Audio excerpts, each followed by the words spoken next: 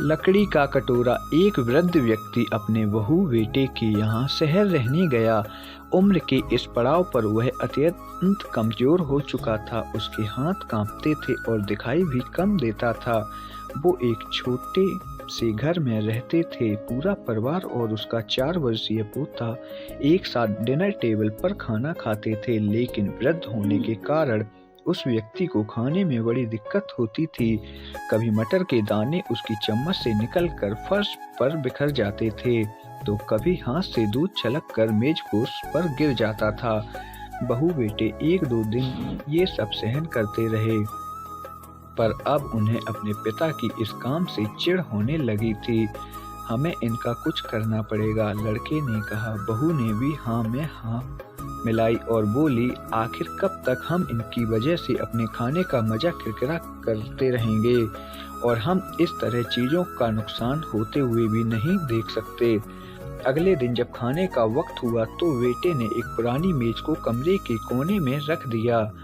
अब बूढ़े पिता को वहीं अकेले बैठकर अपना भोजन करना था।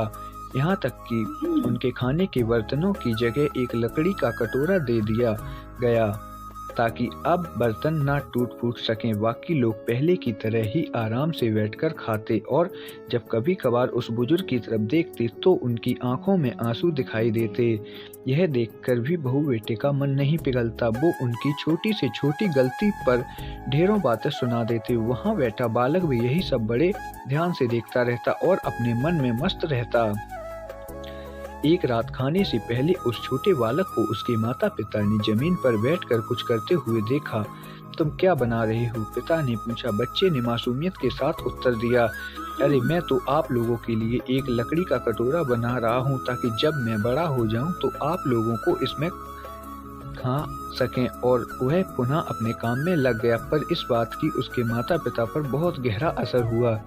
उनके मुंह से एक भी शब्द नहीं निकला और आंखों से आंसू बहने लगे। वो दोनों बिना बोले ही समझ चुके थे कि अब उन्हें क्या करना है। उस रात वो अपने बूढ़े पिता को वापस डिनर टेबल पर ले आए और फिर कभी उनके साथ अभद्र व्यवहार नहीं किया।